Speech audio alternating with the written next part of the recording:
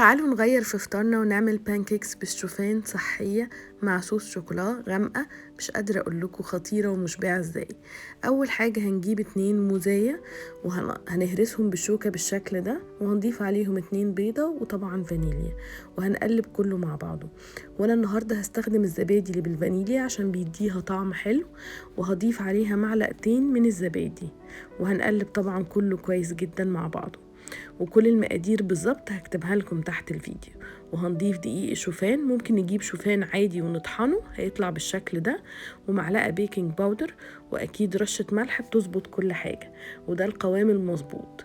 وبعد كده في البان او الطاسة على النار هنحط فيها زبدة الاول، وهنبتدي نعمل البانكيكس بتاعتنا.